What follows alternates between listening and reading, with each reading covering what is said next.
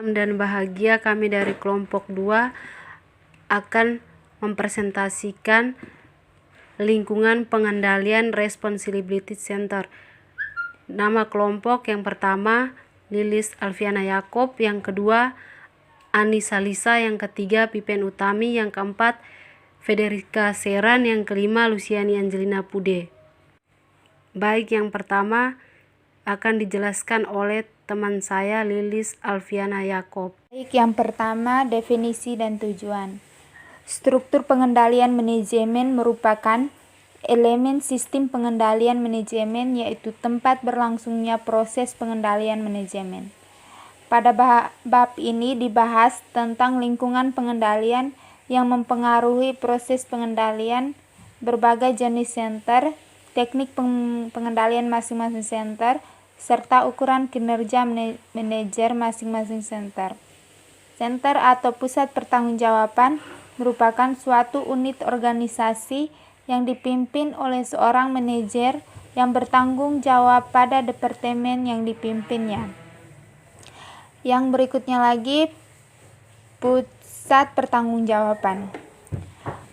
Perusahaan merupakan sekumpulan pusat pertanggungjawaban yang masing-masing itu diwakili oleh sebuah kotak dalam bagan organisasi. Pusat pertanggungjawaban ini mempunyai 6 kriteria. Yang pertama, dibentuk untuk mencapai tujuan yang telah ditetapkan oleh manajemen puncak. Yang kedua, tujuan tersebut adalah membantu mengimplementasikan rencana strategi manajemen puncak. Yang ketiga, setiap pusat pertanggungjawaban menggunakan suatu input tertentu atau bahan baku, tenaga kerja, dan jasa lain untuk menghasilkan output.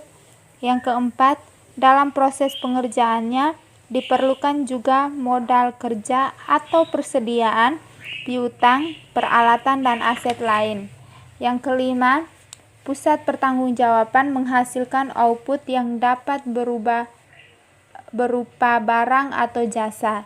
Yang keenam, output suatu pusat pertanggungjawaban dapat diserahkan ke pusat pertanggungjawaban lain dalam satu organisasi dan bisa dijual kepada pihak luar. Tujuan dibentuknya center adalah membantu dalam mengimplementasikan strategi guna mencapai tujuan organisasi yang sudah ditetapkan. Yang berikutnya, hubungan antara input dan output. Hubungan ini dapat berbentuk sebab akibat atau hubungan langsung dan hubungan tidak langsung. Hubungan langsung yaitu input berupa bahan baku pada departemen produksi, outputnya menjadi input pada departemen finishing. Pengendalian difokuskan pada memproduksi output pada waktu yang dibutuhkan, kuantitas yang diinginkan, sesuai dengan spesifikasi dan kualitas standar, serta dengan input yang minimal. Yang kedua, hubungan tidak langsung adalah biaya iklan diharapkan dapat meningkatkan penjualan, tetapi penjualan dipengaruhi banyak faktor selain iklan, sehingga keputusan manajemen atas jumlah biaya iklan didasarkan pada banyak pertimbangan. Yang berikutnya, pengukuran input dan output. Input diukur dengan unit moneter dan dinyatakan sebagai cost. Cost merupakan ukuran moneter untuk jumlah input yang digunakan oleh suatu pusat pertanggungjawaban. Output diukur dengan unit moneter dan dinyatakan sebagai pendapatan. Namun, pengukuran output lebih sulit dibandingkan pengukuran input. Misalnya, pengukuran output pada pusat biaya litbang dan pada organisasi nirlaba. Efisiensi dan efektivitas. Yang pertama, efisiensi merupakan rasio antara output dengan input dengan fokus perhatian pada konsumsi masukan.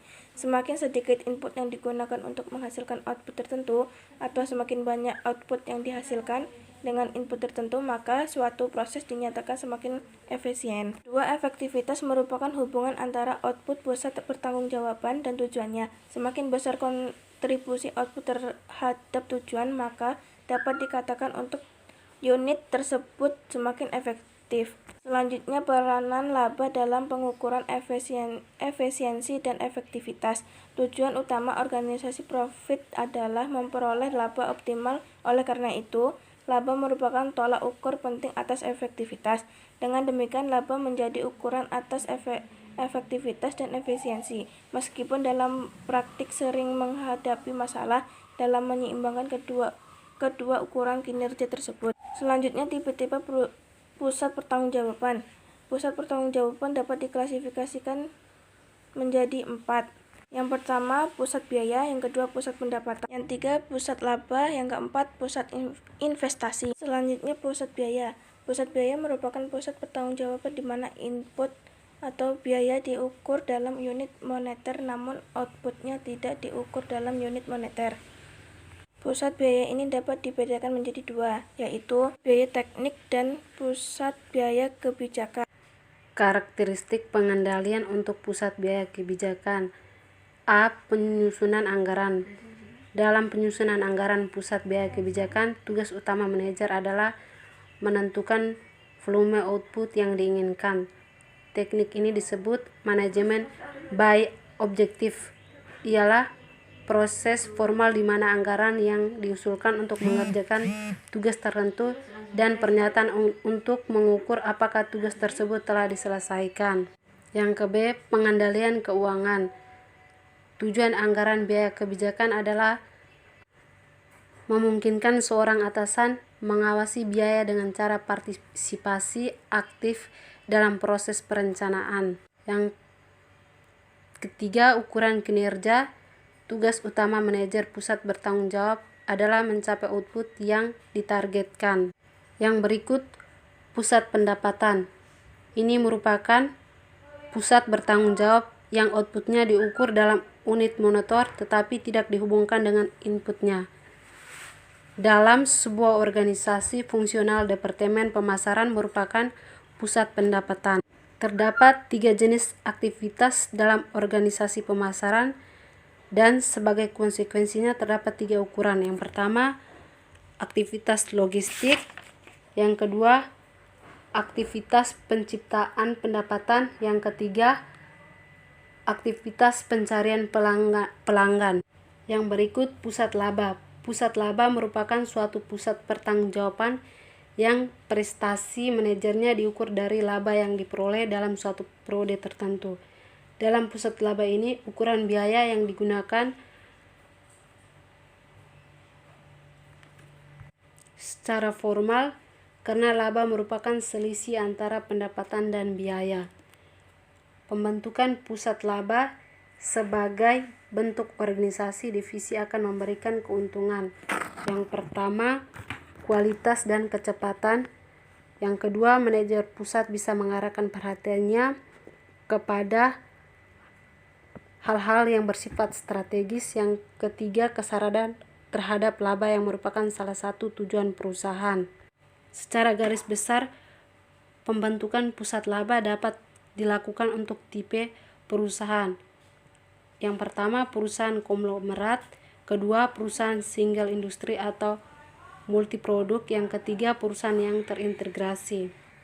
Saya akan menjelaskan tentang alternatif pembentukan pusat laba. Pembentukan pusat laba sering menimbulkan masalah yang kompleks, maka untuk bisa mencapai tujuan organisasi secara efisien dan efektif, manajemen bisa menempuh cara lain pembentukan pusat laba. Cara-cara tersebut antara lain: 1. Pemisahan tanggung jawab eksekutif. 2. Pendesentralisasian tanggung jawab fungsional. 3. Penambahan bantuan staf. Selanjutnya, ukuran presentasi pusat laba. Terdapat 2 ukuran presentasi pusat laba, yaitu A. Ukuran presentasi manajemen, measure of management performance. Digunakan manajemen untuk perencanaan, koordinasi, pengendalian, serta alat untuk motivasi manajer sebagai orang yang mengelola dan bertanggung jawab terhadap kegiatan bisnis pusat laba. B. Ukuran presentasi ekonomi, measure of economic performance. Digunakan manajemen untuk pembuatan keputusan ekonomi. Dan yang terakhir itu pusat investasi, investment centers. Pusat investasi merupakan pusat pertanggungjawaban yang kinerja manajernya dinilai atas dasar laba yang diperoleh, serta investasi yang digunakan untuk memperoleh laba tersebut. Contoh pusat investasi adalah unit bisnis pada organisasi definisi. Ukur kinerja yang lazim digunakan untuk penilaian kinerja divisi adalah 1. Return on Investment (ROI), yaitu rasio antara laba dengan investasi atau aktivitas bersih yang digunakan oleh divisi tersebut. 2. Residual income atau laba residu, yaitu selisih antara laba operasi masing-masing divisi dengan cost of capital atau biaya modal. Dan yang terakhir ketiga, ukuran lain seperti ROE, Return on Equity, ROCE, Return on Capital Employed, RONA, Return on Net Asset, atau ROTC, Return on Total Capital. Baik, saya akan menjelaskan pusat pertanggungjawaban dalam praktik. Setiap pusat pertanggungjawaban bisa saja terdiri dari berbagai bentuk. Misalnya sama-sama pusat laba, tetapi stop pertanggungjawaban berbeda. Perbedaan antara pusat pertanggungjawaban tidak mudah diidentifikasi sebagaimana dalam teori. Jenis pusat pertanggungjawaban sangat dipengaruhi oleh struktur organisasi. Selanjutnya, variasi pusat laba dalam praktik. Dalam praktiknya, seringkali terdapat variasi dalam pembentukan pusat pertanggungjawaban, khususnya untuk pusat laba dalam hal pertanggungjawaban keuangan. Sebagai contoh, manajer pusat laba kotor adalah tenaga penjualan yang menjual produk pada margin yang bervariasi dan bertanggung jawab atas standar biaya produk yang dijual. Pengukuran laba memotivasi tenaga penjual untuk menjual produk dengan margin yang lebih tinggi. Manajer pusat laba yang tidak lengkap adalah manajer divisi produk, tetapi tidak memiliki otoritas untuk semua fungsi yang mempengaruhi keberhasilan divisi, misalnya dalam hal riset dan perkembangan atau iklan jangka panjang. Selanjutnya, pemilihan pusat pertanggungjawaban.